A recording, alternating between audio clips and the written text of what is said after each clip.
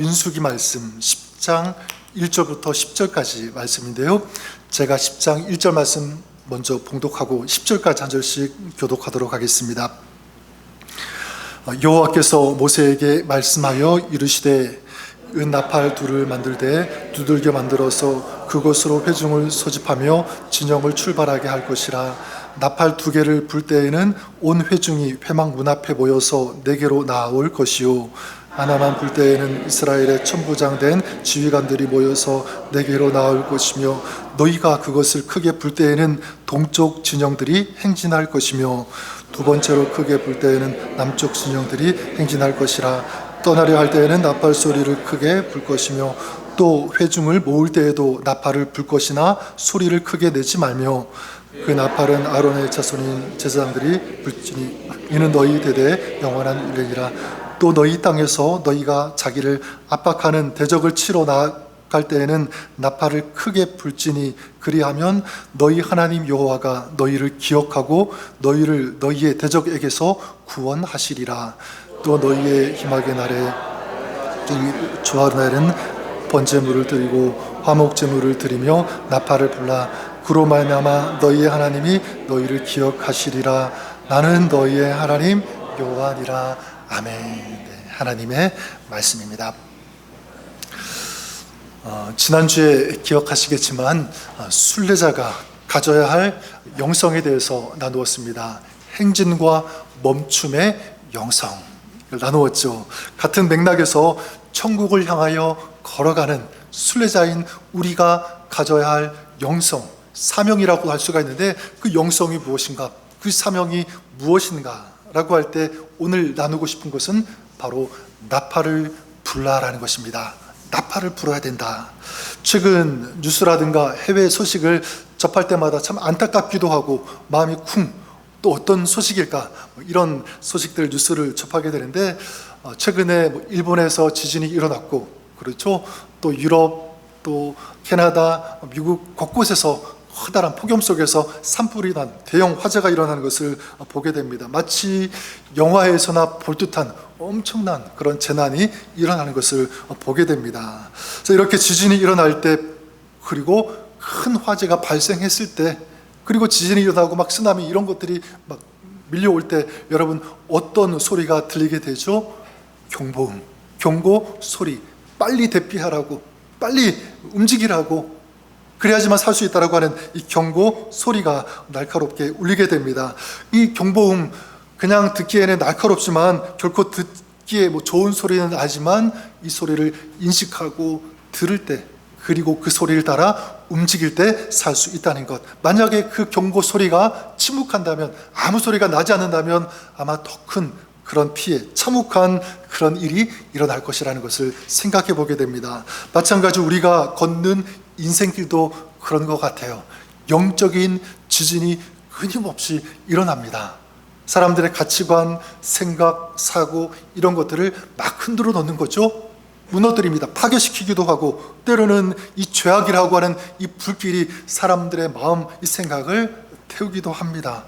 이럴 때 여러분, 우리 순례자인 우리는 그냥 내 길만 걸어가면 되지, 그냥 내 신앙생활만 하면 되지, 이런 자세를 갖는 것이 아니라 어떻게 해야 되죠? 위험을 감지하고, 그리고 우리도 나팔을 불 수 있어야 된다. 그래서 하나님께서 원하시는 신앙의 모습은 어떤 신앙이냐면, 나팔을 부는 그런 신앙, 세상을 깨우기 위해서, 그리고 생명을 구하기 위해서 하나님의 나팔수가 될 수 있어야 된다.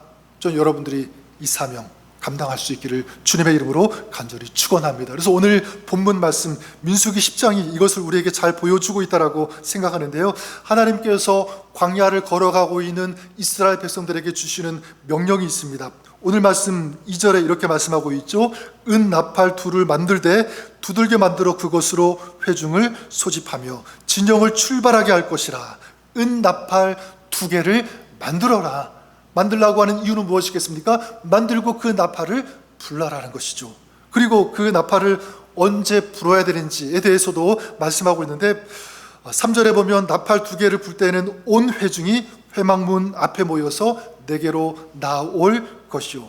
온 회중이 회막문으로 나오게 할 때, 소집할 때 나팔을 불었다. 4절에는 천부장 및 이 지휘관들을 소집할 때 나팔을 불었습니다. 그리고 5절 6절에는 이스라엘 각 진영이 행진할 때 그 신호로 나팔을 불게 되고요. 마지막 9절 10절 말씀에는 대적을 치러 나갈 때, 번제물을 드릴 때, 화목제물 제사를 드릴 때 나팔을 크게 불라라고 말씀하고 있음을 보게 됩니다. 여러분 생각해 보세요. 2000년 전 지금과 같이 음향시설이 하나도 없었습니다. 근데 200만 명이 넘는 엄청난 많은 사람들이 이동을 하고 있는 거예요.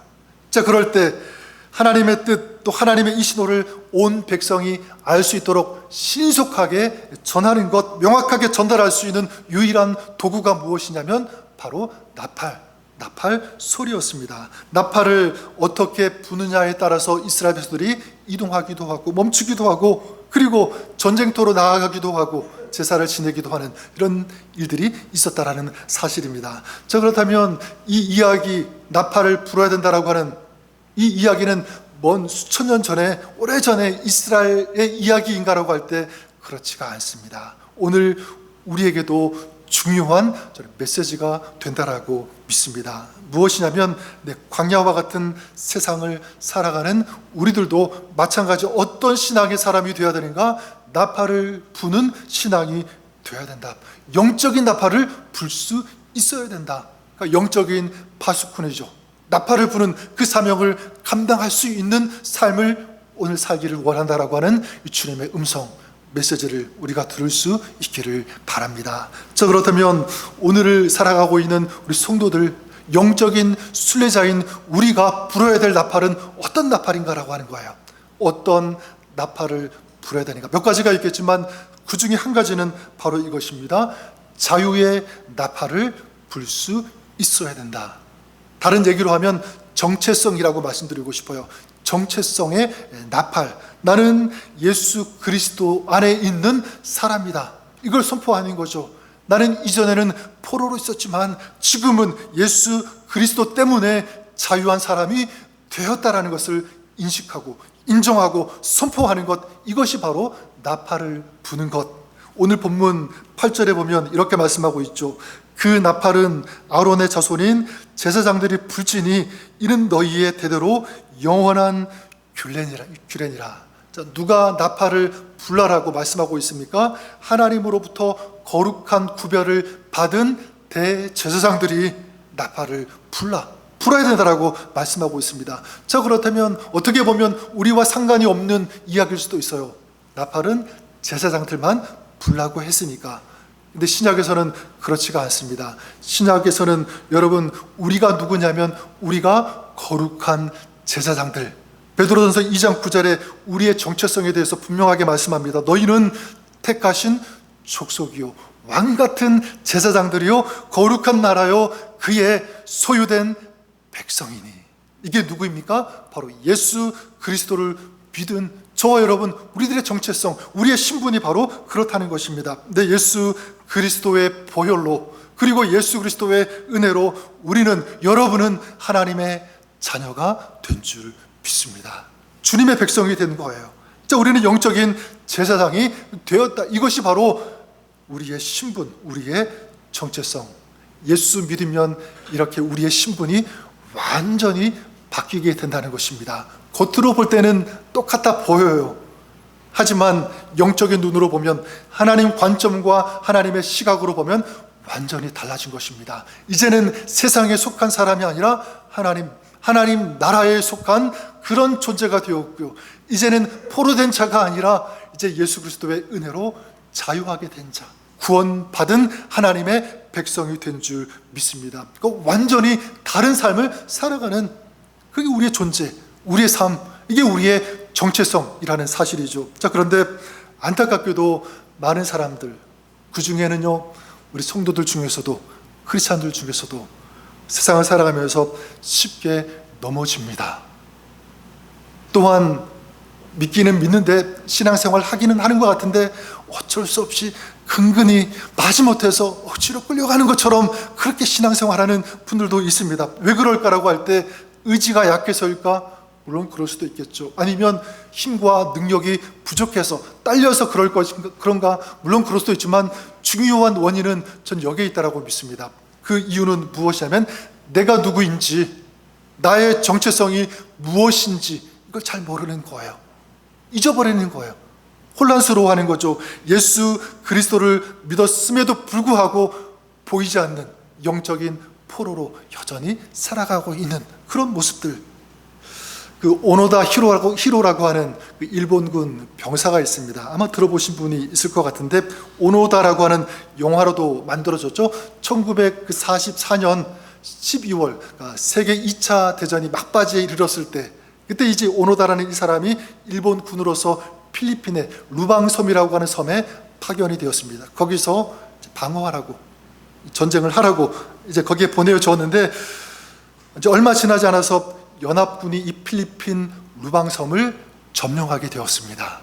그러자 이 오노다가 어떻게 했냐면, 이 연합군이 밀려오니까 살려고 그 밀림 깊이 들어가서 숨어버린 거예요. 이후 전쟁이 끝났죠. 그런데 이야기가 어떻게 하냐면, 이 오노다라는 사람이 정글 속에서 아무도 찾지 못하는 그곳에서 막 사투를 벌이면서 정글 속에 사는 것이 얼마나 힘들겠습니까? 거기에서 무려 몇 년 동안을 살았냐면 30년 동안을 거기에서 살았던 거예요. 왜 그렇게 그냥 나와서 가족들 만나고 편하게 살 수도 있었는데 왜 30년 동안을 그렇게 힘들게 고통스럽게 사투를 벌이면서 살았을까? 네, 이 사람은 전쟁이 끝났다는 사실을 몰랐던 거예요. 사람들이 전쟁 끝났습니다 그렇게 얘기하면, 이건 연합군이 자기를 죽이기 위해서 계략을 쓰는 것이다 이렇게 생각하고 인정하지 않은 거예요. 그러니까 전쟁이 끝났다는 것을 모르고 30년 동안을 그렇게 살았다라는 것입니다. 여러분, 그런데 문제는요, 많은 믿는 사람들이 이렇게 생각한다는 것이 문제입니다. 어떻게 생각하죠? 나는 원래 이런 사람이야. 나는 패배해서, 나는 똑같아, 나는 여전히 약해, 나는 안 되라고 하는, 이게 누가 주는 생각이냐면 바로 마귀가, 사단이 주는 생각입니다. 우리의 정체성을 흔드는 거예요. 너는 옛날이나 지금이나 똑같은 사람이야. 별반 다른 것 없어. 넌 이렇게 살다가 죽을 거야. 끊임없이 부정적인 이런 생각들 계속 심어주면서 우리를 무너뜨리려고 한다는 사실입니다. 그래서 예수님께서 공생애를 시작하실 때 40일 동안 금식하셨죠. 굉장히 배가 고프셨을 것입니다. 그때 사단이 그 타이밍을 노리고 예수님에게 다가옵니다. 그리고 첫 번째 꺼낸 말이 무엇이죠? 예수님에게 뭐라고 얘기합니까? 돌로 떡을 만들어 먹으라 이렇게 얘기해요. 이게 첫 번째 하는 얘기. 근데 사실 이것보다도 먼저 사단이 예수님에게 던진 말이 있어요. 그게 무엇이냐면 바로 이거죠. 네가 만일 하나님의 아들이거든. 이게 먼저예요. 네가 만일 하나님의 아들이거든. 무엇입니까? 지금 뭐를 공격하는 것이죠? 정체성이에요. 네가 정말 하나님의 아들 맞느냐? 네가 그 사람 맞느냐? 이걸 공격하고 있는 거예요. 그러니까 배고픔을 먼저 공략하기 이전에 이 정체성, 이 존재 자체를 흔들려고 했던 것, 바로 이것이 사단의 전략인 것입니다. 지금도 이 사단의 전략은 동일하다고 생각해요. 여러분, 우리가 힘들 때, 인생 살아가면서 고난 맞이하죠. 지칠 때 있습니다. 내 힘으로 감당하지 못하는 어떤 문제들, 일들 만날 때가 있습니다. 그때 사단이 정확히 알고 우리를 노리는데, 공격하는데 뭐라고 얘기합니까? 네가 정말 하나님의 사람 맞느냐? 네가 정말 하나님의 자녀 맞아? 아닌 것 같은데, 이런 식으로 끊임없이 공격한다는 사실입니다. 그럴 때마다 우리가 어떻게 해야 되는가라고 할 때 영적인 이 나팔을 불어야 된다는 거예요. 어떻게 부는 것입니까? 나는 이제 죄의 포로가 아니다. 나는 패배하지 않았다. 나는 부족하지만, 연약하지만 주님께서 나를 건져주셨어. 죄에서, 사망에서, 어둠에서 나를 구원하셨어. 나는 이제 죄에 속한 사람이 아니라, 사망에 속한 사람이 아니라 하나님께서 나를 구원하신 하나님의 자녀로 살아가는 존재가 되었어. 나는 승리자야. 나는 더 이상 패배자가 아니야. 나는 사망의 권세에 이끌려가는 그런 존재가 아니라 주님과 동행하는 영광스러운 주님의 자녀야. 이걸 선포하는 거야. 이걸 외치는 것입니다. 이것이 바로 영적인 나팔을 부는 거예요. 저는 여러분들이 그럴 수 있기를 바랍니다. 여기에 대해서 예수님께서 마찬가지 공생애를 시작하시면서 가장 먼저 외치신 말씀이 있습니다. 메시아의 외침, 메시아의 선포라고도 할 수가 있는데, 누가복음 4장 11절에 예수님께서 이렇게 외치십니다. 주의 성령이 내게 임하셨으니 이는 가난한 자에게 복음을 전하게 하시려고 내게 기름을 부으셨다. 그러시면서 뭐라고 말씀하시냐면, 나를 보내사 포로된 자에게 자유를, 눈먼 자에게 다시 보게 함을 전파하며, 다시 한번 강조하죠. 눌린 자를 자유롭게 하고, 눌린 자를 자유롭게 하시기 위해서, 포로된 자를 자유롭게 해주시기 위해서 우리 주님께서 이 땅에 오신 줄 믿습니다. 십자가에서 그 사명을 감당하신 거예요. 완수하시는 것입니다. 이제 저와 여러분, 우리는요, 예수 그리스도의 그 십자가의 죽으심, 그 보혈로 말미암아 이제 사단에 속한, 어둠에 속한, 죽음에 속한 그런 자가 아니라 주님께 속한 자가 된 줄 믿습니다. 이 소유권이 완전히 바뀌는 거예요. 얼마나 감사합니까?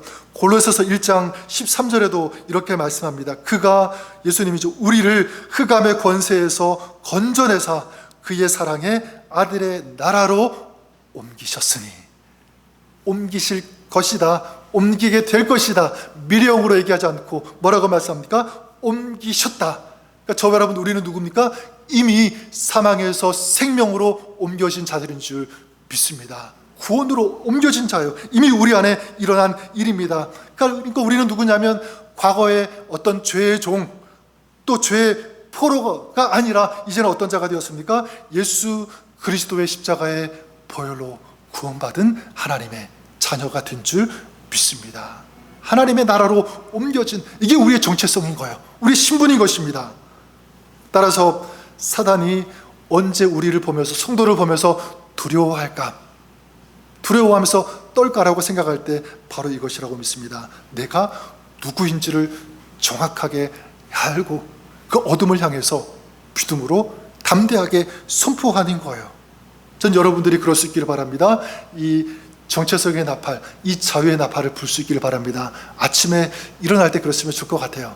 기상해서 여러분 짧게 이렇게 고백하면 어떨까 싶어요. 나는 예수님의 것이다. 또 예수님께서 나와 함께 하신다. 오늘 하루 나는 예수님과 하루를 시작한다. 이 고백. 그렇죠. 나는 이미 하나님 나라로 옮겨진 그런 사람이다. 죄와 어둠의 이 권세, 더 이상 나를 지배하고 나를 다스릴 그 힘 없다. 넌 무너졌다. 예수님이 나의 힘이 되시기 때문에, 소망이 되어주기 때문에 나는 오늘 그런 삶을 살 거야 라고 선포하는 그런 여러분 될 수 있기를 우리 주님의 이름으로 간절히 원합니다. 이렇게 정체성의 나팔, 자유의 나팔을 부는 거예요. 그렇게 힘차게 이 나팔을 불면서 오늘도 여러분 순례자의 길을 걸어가시는 그런 여러분의 아름다운 삶, 승리의 삶 될 수 있기를 우리 주님의 이름으로 간절히 축원합니다. 두 번째로, 거룩한 이 순례자인 우리가, 여러분들이 불어야 될 나팔이 무엇인가라고 할 때 두 번째 나팔은요, 바로 기도의 나팔이라고 말씀드리고 싶습니다. 기도의 나팔. 오늘 본문 우리 읽었지만 9절 말씀 다시 한번 같이 읽어보도록 하겠습니다. 9절 말씀 읽어볼까요? 자, 시작. 또 너희 땅에서 너희가 자기를 압박하는 대적을 치러 나아갈 때에는 나팔을 크게 불지니 그리하면 너희 하나님 여호와가 너희를 기억하고 너희의 대적에게서 구원하시리라. 아멘. 자, 여기에 보면 말씀하고 있죠. 너희 땅에서 너희가 자기를 압박하는 대적을 치러 나아갈 때는, 이렇게 말씀하고 있습니다. 그러니까 여기에 기본적으로 전제되어 있는 것이 있죠. 하나님의 백성들이 광야 생활을 할 때, 광야를 지날 때 뭐를 만날 수 있다는 거죠? 대적을 만날 수 있다는 것입니다. 없으면 좋겠지만, 우리 믿음의 사람도 마찬가지예요. 믿음의 길 걸어갈 때 재난과 고난과 어려움과 고통의 문제들 없으면 좋겠지만 만날 수밖에 없습니다. 이 전제되어 있는 것 아니겠습니까? 여러분, 그렇다면 우리도 살아가면서 여기서 이스라엘이 만난 각종 여러 가지의 대적들 우리도 만날 수 있죠. 어떤 대적일까요? 건강의 대적. 내 힘으로 감당할 수 없는 그런 질병이 있을 수 있고, 물질의 문제 혹은 자녀의 문제, 어떤 영적인 공격들, 그런 대적들을 우리도 만나는 것입니다. 자, 그럴 때 우리 주님께서 우리에게 요구하시고 부탁하시는 것 무엇입니까? 무엇을 불라라고 말씀하는 거죠? 나팔을 불라. 나팔을 불어야 된다. 그러면 어떻게 하시겠다고 말씀합니까? 하나님께서 들으시고 우리를 기억하사 누구의 손에서? 대적의 손에서 구원해 주시겠다. 나팔을 불면 하나님께서 들으시고 기억하시고 건져 주시겠다. 하나님의 약속의 말씀.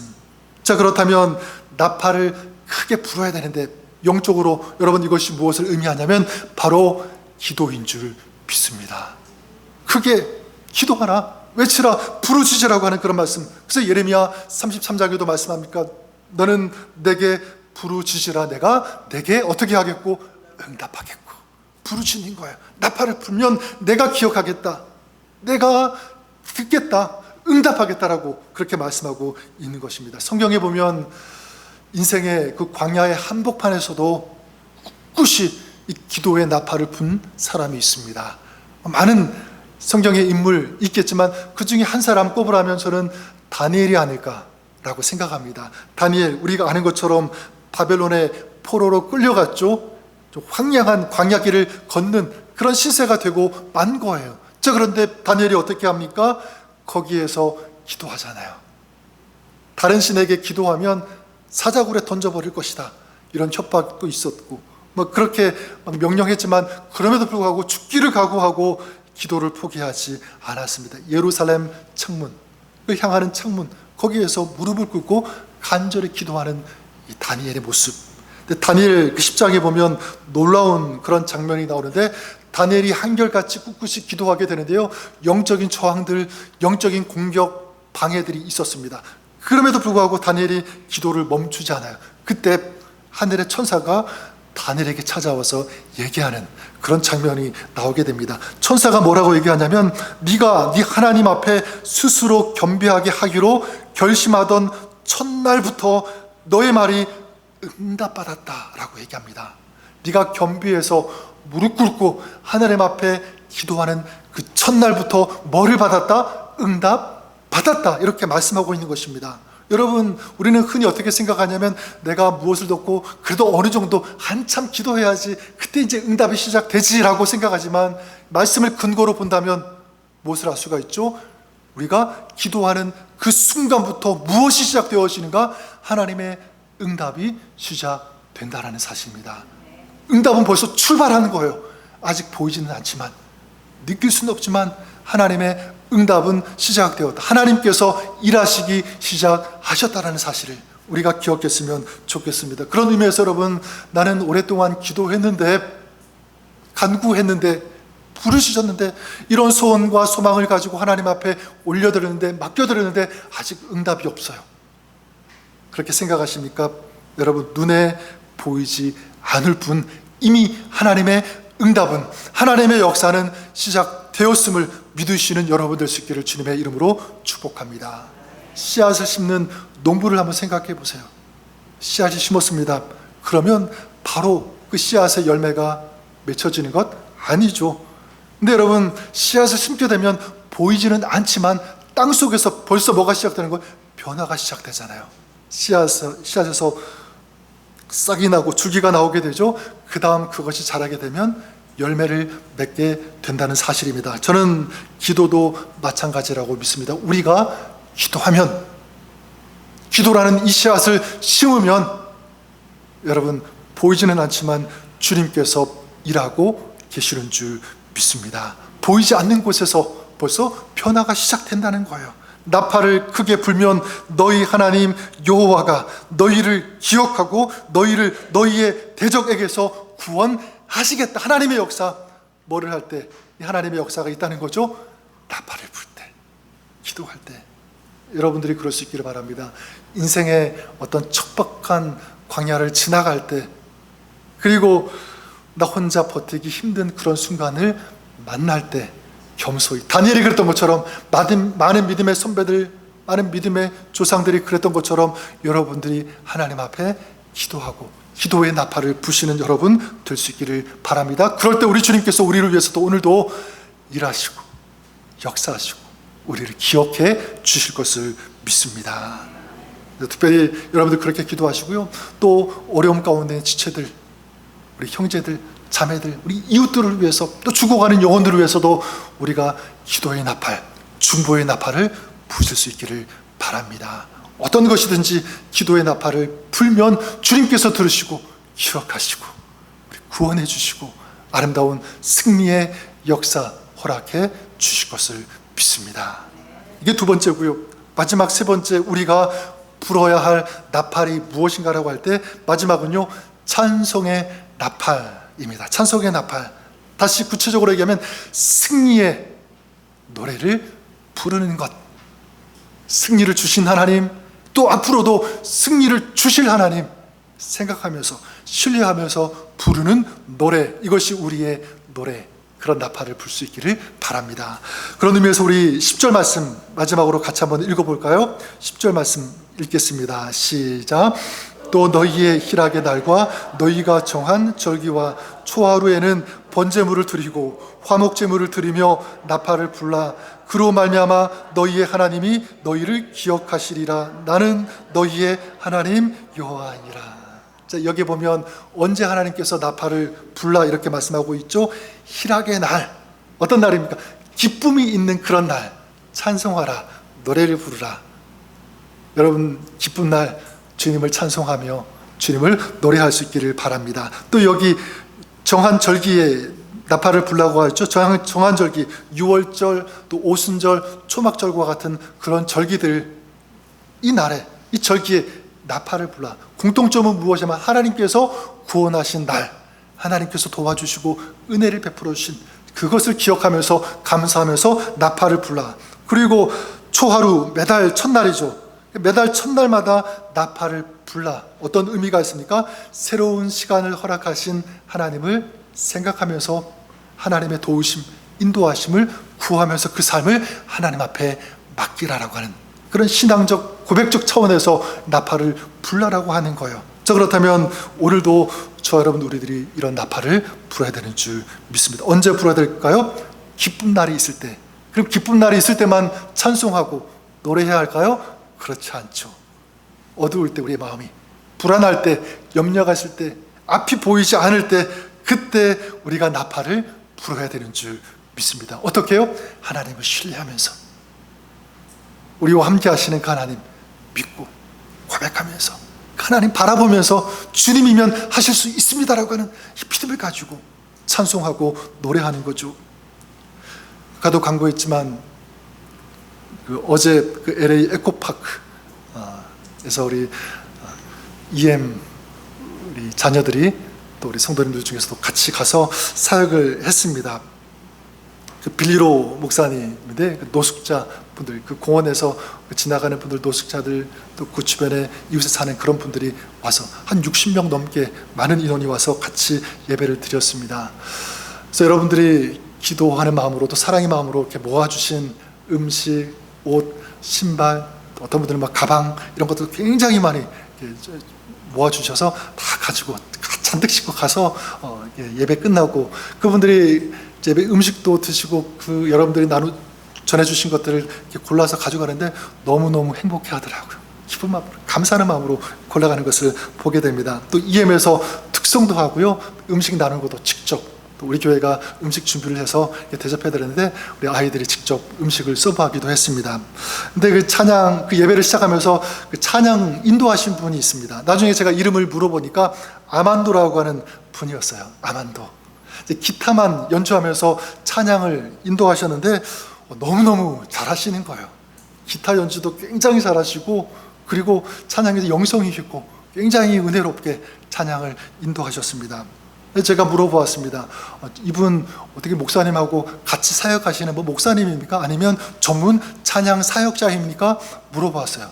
그랬더니 아니래요. 누구냐면 이분은 얼마 전까지만 해도 노숙자였대요. 거리를 방황하던, 배회하던, 중독, 여러 가지 자세하게 말씀드릴 수는 없지만 그런 것 때문에 취해서 다녔던 그런 분이었대요. 그런데 그분이 예수님을 만난 거예요. 변화되어서 이제는 주님을 찬양하는, 아직까지도 완전하게 자립은 하지 못했어요. 아직 쉘터에는 있어요. 하지만 쉘터에서 생활하면서 이렇게 모임이 있을 때마다, 집회가 있을 때마다 먼저 찬양을 준비해서 찬양하는 그런 사역을 감당하고 있었던 것입니다. 저는 생각해 보았습니다. 어떻게 저럴 수 있을까? 아직 그 삶이 불완전하잖아요. 자기 살기도 힘든데 어떻게 저렇게 기쁨으로 감사하면서 뜨겁게 찬양할 수 있는가라고 할 때, 그분이 참 소망이 되어주시고 참 생명이 되어주시는, 길과 진리와 생명이 되어주시는 주님을 만났기 때문에, 진짜가 무엇인지를 알았기 때문에 그 삶이 변화가 된 거예요. 그래서 스페인어로 찬양을 인도하기 때문에 가사는 제가 정확히 어떤 찬양을 부른지는 알 수가 없었습니다. 그런데 영적으로 제가 느낀 것은 이런 노래를 부르고 있구나 라는 정도는 알았습니다. 바로 뭐였냐면 지금 저분은 기쁨의 노래를 부르고 있다, 그리고 승리의 노래를 부르고 있다는 것만큼은 제가 알 수 있었습니다. 감사하면서 신뢰하면서 주님을 노래하는 거예요. 그리고 우리 아이들도 특성을 했거든요. 감사한 거는 특성을 하는데 맨 앞에 어떤 청년 같았는데 그 찬송을 들으면서 또 찬송을 따라 부르면서 막 펑펑 우는 거예요. 제가 볼 때도 우리 아이들이 굉장히 은혜롭게 찬송을 불렀습니다. 그리고 또 다른 아이들은 깃발을 들고 뒤에서 막 흔드는 거예요. 어떤 깃발이냐면 Jesus is King이라고 적힌 깃발. 주님이, 예수님이 우리의 왕이십니다, 전부이십니다, 주가 되어주십니다라고 하는 이 깃발을 막 흔드는 그 노래를 그렇게 불렀던 거예요. 저는 그 모습을 보면서 이런 확신이 저에게 밀려왔습니다. 찬양을 인도하는 그 형제님, 아직은 불완전하지만 지금 오늘 말씀, 그 10절 말씀처럼 하나님께서 저분을 기억하여 주실 것이다, 하나님께서 저분의 삶의 주인 되어 주실 것이다, 인도해 주실 것이다, 그리고 승리하게 하여 주실 것이다.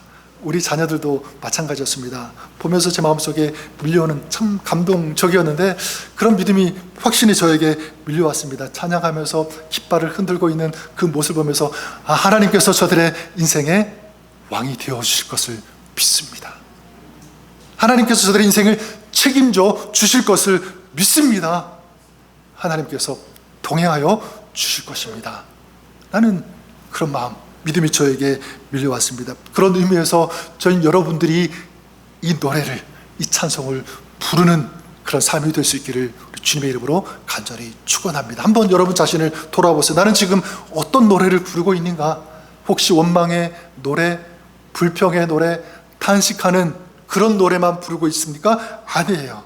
전 여러분들이 이 찬송의 나팔을, 찬송의 노래를 부를 수 있는 여러분 될 수 있기를 주님의 이름으로 간절히 축원합니다.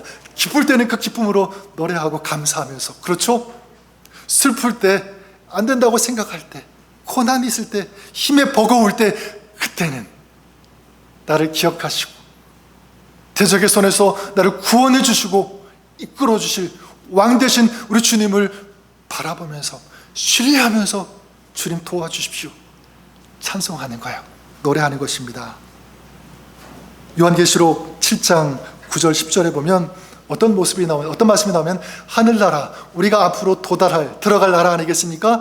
그 나라에서 뭇 백성 각 나라 수많은 사람들이 하얀 이 옷을 입고 종려나무를 들고 흔들면서 하나님을 찬양하는 그 모습이 요한계시록에 기록되어 있습니다. 그들이 이렇게 찬송해요. 구원하심이 보좌에 앉으신 우리 하나님과 어린 양께 있도다.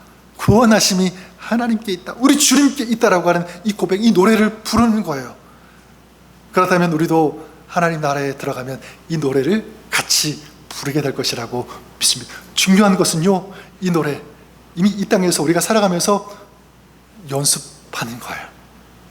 이 노래를 우리 삶에서 불러보자는 거예요. 어떤 노래입니까? 구원하심이 보좌에 앉으신 우리 하나님과 어린 양께 있도다. 구원하심이 주님께 있습니다. 그렇다면 여러 가지 적용할 수 있겠죠. 하나님, 그렇습니다. 내 인생 주님께 달려 있습니다. 내 건강도, 나의 미래도, 우리의 자녀들도, 우리 인생의 승리도 나에게 있는 것이 아니라 주님께 있음을 믿습니다. 주님 도와주십시오. 함께해 주십시오. 구하는 거죠. 노래하는 거예요. 광야 같은 인생길에서 이렇게 믿음의 나팔, 찬송의 나팔을 부시는 여러분 될 수 있기를 우리 주님의 이름으로 간절히 축원합니다. 이렇게 나팔을 불면서 담대히 인생의 순례길을 아름답게 걸어가시는 여러분, 우리 성도님 가정 다 될 수 있기를 주님의 이름으로 간절히 축원합니다. 또한 여러분, 하나님께서 나에게 이 사명을 맡기셨음을 알고 감당하는 거예요. 그냥 신앙생활하는 것이 아니라 나팔을 부는 그 사명 감당하는, 기도하는, 충고하는, 함께 예배하는 이 사명 감당하는 여러분의 삶, 이 순례자의 발걸음, 여러분의 발걸음 될 수 있기를 주님의 이름으로 다시 한번 간절히 축원합니다. 그런 여러분 가운데 우리 주님께서 함께하여 주시고 하늘의 힘과 소망과 힘을, 능력을 더하여 줄 것을 믿습니다. 믿음 안에서 승리하시기를 우리 주님의 이름으로 간절히 축원합니다. 아무도 우리 말씀 생각하면서 기도하는 시간 가졌으면 좋겠는데요. 데살로니가전서 4장 16절에 보면 이런 말씀이 있습니다. 주께서 호령과 천사장의 소리와 하나님의 나팔 소리로 친히 하늘로부터 강림하시리니, 주님께서 다시 오실 때 천군 천사가 나팔 소리를 분다. 커다란 아름다운 나팔 소리가 들린다. 저는 이런 생각이 들었습니다. 누가 주님 오실 때 하늘나라 천군 천사의 나팔 소리를 들을 수 있는가? 그 나팔 소리를 듣고 주님을 기쁘게 감격함으로 맞이할 수 있는가? 저에게 다가온 답은 이것이었습니다. 오늘 우리 삶에서 나팔을 부는 사람이 주님 다시 오실 때 그 나팔 소리 들을 수 있다. 그 나팔 소리 듣고 주님 앞에 기쁨으로 나아가며 주님 맞이할 수 있다. 이것입니다. 한번 우리 기도했으면 좋겠습니다. 하나님, 오늘 우리의 삶이 나팔을 부는 삶 되게 하여 주옵소서. 이 사명 잘 감당해 나갈 수 있도록 도와주시옵소서. 한번 우리 그런 마음 우리 결단하면서 주님 앞에 올려드리면서 우리 같이 기도하며 주님 앞에 나아갔으면 좋겠습니다. 같이 기도하겠습니다. 하나님 아버지 감사합니다. 하나님 아버지, 오늘 아버지 하나님께서 우리에게 주신 이 거룩한 순례자의 사명, 이 직임, 하나님 우리 예수를 알고 나팔을 부는 그런 저희들에게 원합니다. 사명 감당하기를 원합니다. 주님 받아 주옵소서. 역사하여 주시옵소서. 그냥 나 혼자 인생길 걸어가는 것이 아니라 하나님 아버지, 시세가 다가오는 영적인 공격, 아버지 시험과 환난 속에서도 아버지 하나님의 또 교회와 가정과 아버지 신앙의 공동체를 공격하는 그런 영적인 공격 앞에서 담대히 이 신앙의 나팔을 불며 나가는 저희들 되게 해 주옵소서. 내가 구원받았음을 선포하면서 감사하면서 기도하면서 충고하면서 또 아버지 우리를 승리를 주실 그 하나님 바라보면서 찬송하며 노래하는 이 노래, 이 찬송 아버지, 이 노래 아버지 기도의 나팔을 불 수 있는 저희가 되게 하여 주옵소서. 그런 삶 가운데 주님께서 하늘의 구원 허락하여 주시옵소서. 대적이 무너지며 승리하는 이런 아름다운 영적인 역사, 이런 아버지 승리의 아버지 노래를 부를 수 있는 저희가 되게 하여 주옵소서. 아버지 믿음으로도 기도하는 자들 가운데 함께 하여 주시옵소서. 은혜와 은혜를 더해 주시고 믿음의 이름을 도와여 주시옵소서. 승리하게 하여 주시옵소서. 강건하게 하여 주옵소서. 예수님의 이름으로 기도드립니다. 아멘. 우리 마지막 한번 이 찬송